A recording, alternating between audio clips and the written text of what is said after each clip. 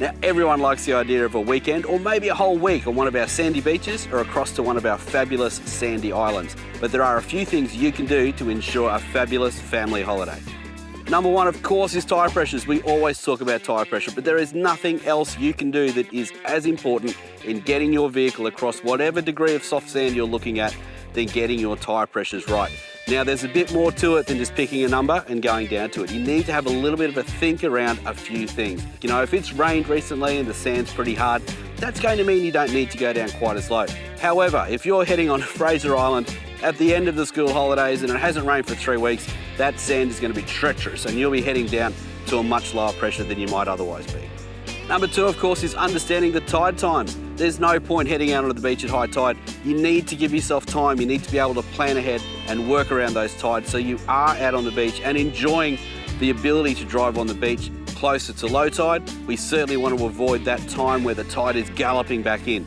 Number three, of course, is you've got to deal with other people. Sadly, you don't get the beach to yourself. You do need to think about other people that are heading towards you and perhaps even overtaking traffic.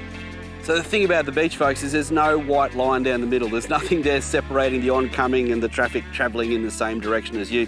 People can be making a change, heading into a campsite. People might be just pulling up to go for a fish. You need to be so much more aware as you make your way up the beach.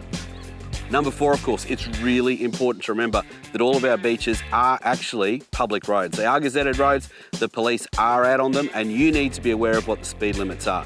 There is no one speed limit for our beaches. You'll find that in some areas around campsites, perhaps it's down to 30 kilometres an hour. In other areas where it's open beach, it might be up to 80 kilometres an hour.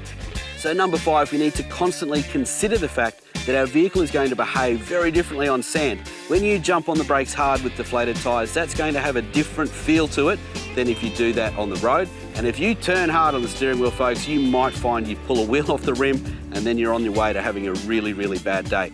Once we have let our tyres down, we need to change our driving style. We need to slow down, not take sharp braking, and certainly try and avoid big, sharp turns. If you'd like to know more about driving on the beach, visit our website and see how much more there is that you could learn.